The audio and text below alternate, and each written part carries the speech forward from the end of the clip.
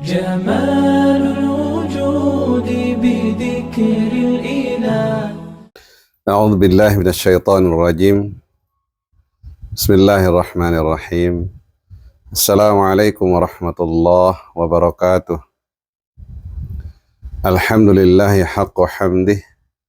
الحمد لله والصلاة والسلام على رسول الله وعلى آله وأصحابه ومواله. لا حول ولا قوة إلا بالله.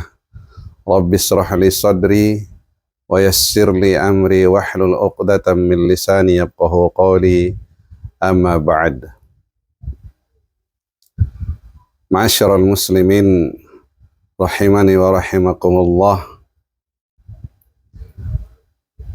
Marilah kita memanjatkan puji syukur kehadirat Allah Subhanahu wa taala yang telah dan selalu menganugerahkan kita berbagai nikmat-Nya. Di mana dengan nikmat-nikmat Allah lah kita masih sampai dengan saat ini dalam sehat wal afiat.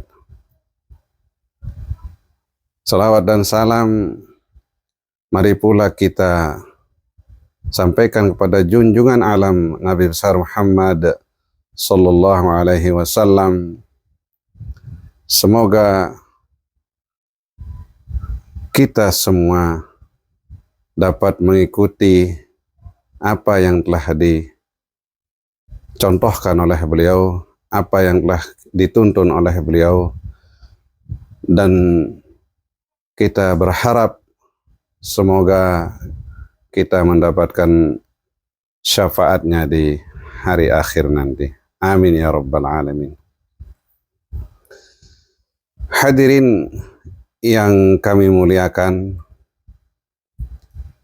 berbahagialah makhluk Allah Subhanahu wa taala yang bernama Al-Ins. Bergembiralah makhluk Allah yang bernama manusia.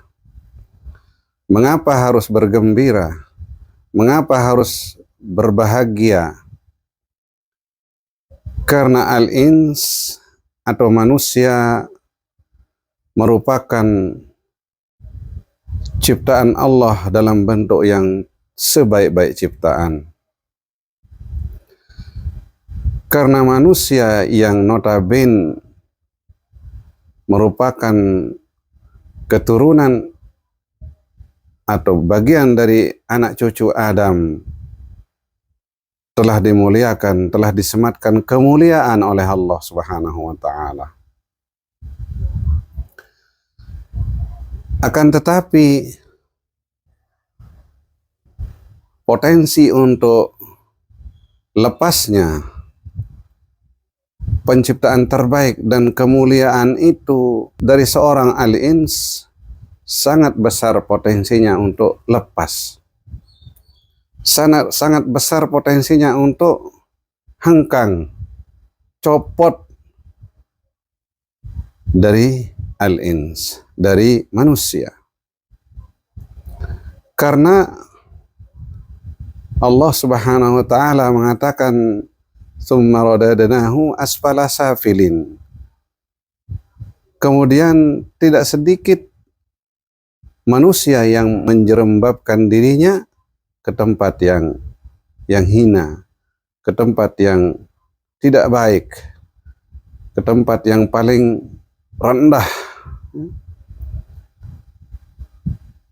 Nah, pertanyaannya, bagaimana kemudian kita dapat mempertahankan penciptaan terbaik dan kemuliaan yang telah disematkan kepada Al-Ins, kepada manusia?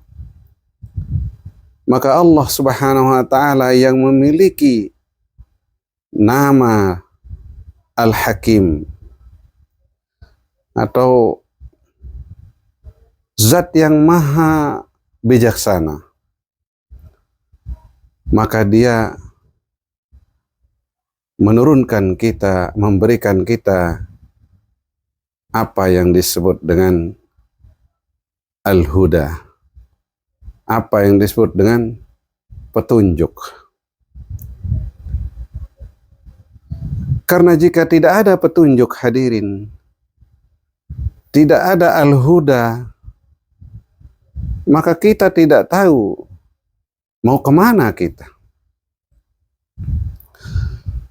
Arah tujuan kita mau kemana. Kalau tidak ada al-huda atau petunjuk.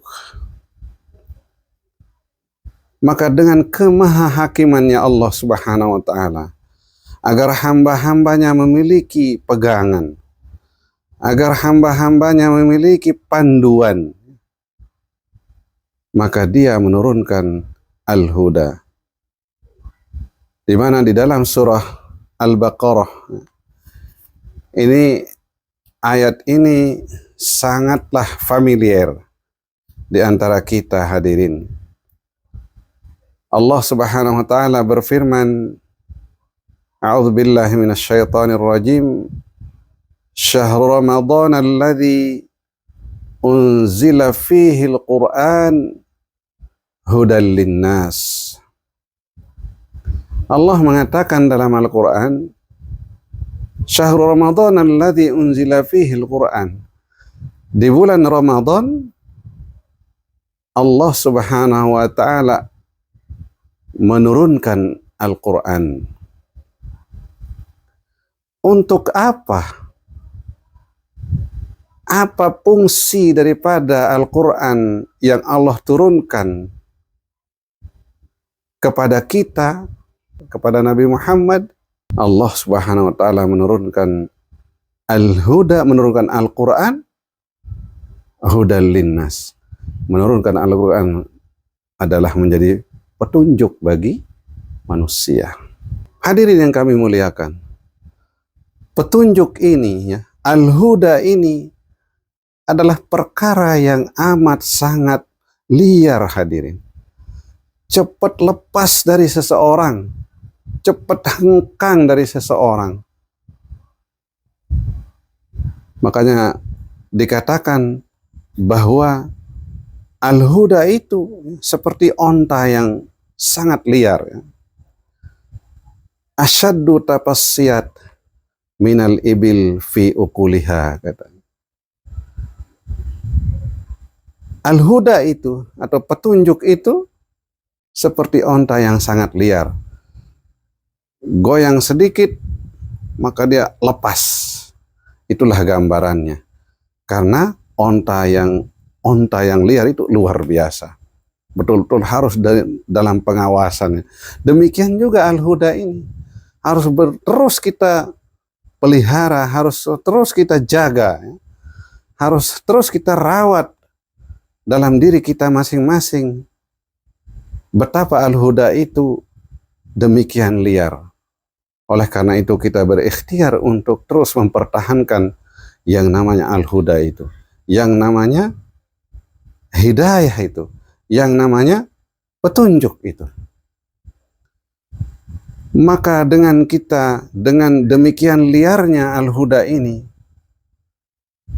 maka wajib hukumnya kita minta, ya, wajib hukumnya kita mempertahankan al-huda itu. Makanya satu di antara permintaan yang diwajibkan oleh Allah Subhanahu wa taala kepada setiap kita adalah tentang atau permintaan terkait dengan al-huda. Permintaan yang permohonan, ya, yang terkait dengan petunjuk, yang terkait dengan al-huda. Mari kita lihat hadirin, ya. Kenapa kita sampaikan tadi bahwa permohonan terkait dengan al-huda itu adalah merupakan kewajiban. Bahkan di dalam 24 jam kita berkewajiban untuk meminta hidayah itu, meminta al-huda itu sekitar 17 kali. Kenapa kita katakan permohonan al-huda itu adalah wajib hadirin? Betapa tidak, ya? Kita ini diwajibkan untuk menjalankan ibadah sholat. kita diwajibkan, ya, ada kewajiban yang dipundakkan kepada kita semua untuk melaksanakan ibadah sholat. Di mana di dalam ibadah sholat itu kita wajib atau bahkan merupakan rukun daripada rukun atau salah satu rukun daripada rukun sholat. Apa itu hadirin? Yaitu membaca atau qiraatul Fatihah. Wajib hukumnya rukun sholat adalah, satu di antara rukun sholat adalah al-qiraatul Fatihah, membaca suratul Fatihah. Di mana di dalam suratul Fatihah itu kita diwajibkan untuk memohon. Karena kita baca suratul Fatihah itu setiap kita sholat. Apa yang kita katakan hadirin? Iyyaka na'budu wa iyyaka nasta'in. Hanya Engkau yang saya sembah ya Allah, dan hanya Engkau tempat saya meminta pertolongan. Hanya Engkau tempat saya memohon. Hanya Engkau tempat saya meminta. Maka permintaan di dalam suratul Fatihah itu yang merupakan rukun daripada rukun sholat, yang wajib kita baca di dalam sholat, maka permintaannya adalah tentang al-huda, tentang hidayah hadirin. Kita mengatakan iyyaka na'budu wa iyyaka nasta'in ihdinas siratal mustaqim. Tunjukkanlah kami, ya, jalan. Ihdina al-huda. Tunjukkanlah kami jalan yang lurus. Ihdinas siratal mustaqim. Ini wajib hukumnya hadirin. Berarti kalau kita kalikan, ya, jumlah rakaat sholat itu mulai dari subuh sampai dengan isya 17 rakaat. Maka otomatis kita meminta terkait dengan hidayah yang ada di dalam suratul Fatihah sebanyak 17 kali.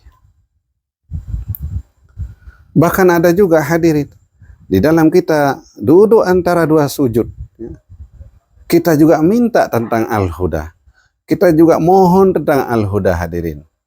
Kita membaca atau mengucapkan di dalam duduk antara dua sujud adalah Rabbighfirli warhamni wajburni warfa'ni warzuqni wahdini wa'afini wa'afani wahdini. Ada permintaan al-huda juga di situ hadirin, yang jumlahnya sama, ya, yaitu 17 kali kita meminta itu untuk wajibnya. Belum lagi kita tambah dengan sholat-sholat sunnah, belum lagi kita baca suratul Fatihah mungkin di mana saja, ya, kapan saja, sehingga permohonan tentang al-huda itu terus kita memintanya, terus kita memohonkan.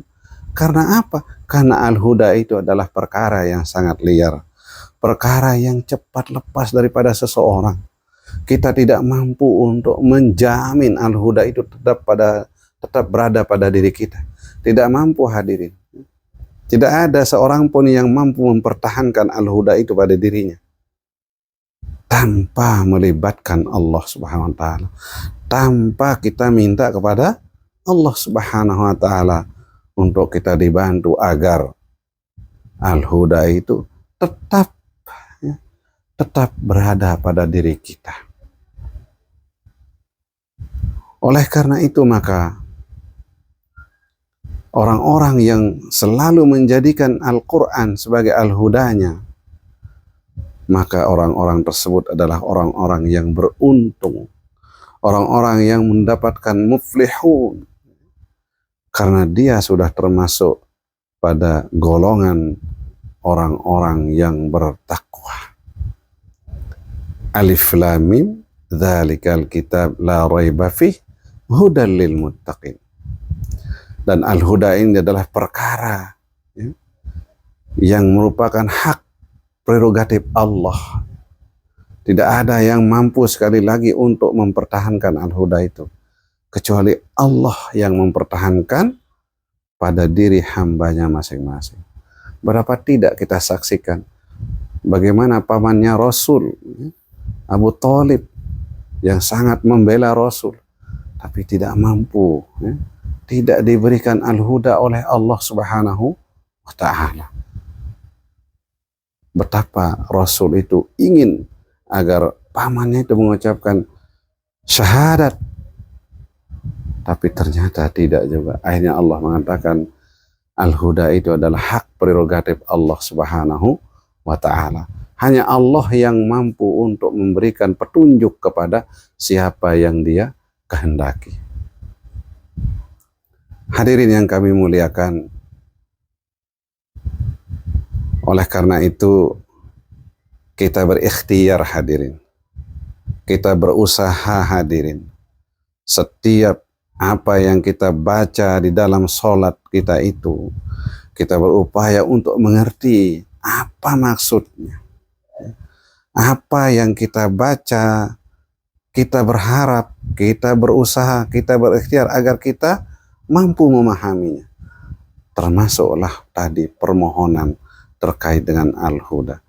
Sehingga kita tetap fokus kepada Allah Subhanahu wa Ta'ala di dalam kita melaksanakan ibadah sholat, karena kita paham maksudnya. Hadirin yang kami muliakan, untuk pertemuan kali ini kita cukupkan. Mudah-mudahan kita bisa menyambungnya atau menyampaikan terkait dengan hal-hal yang baik ini, terkait dengan agama kita di waktu-waktu yang lain.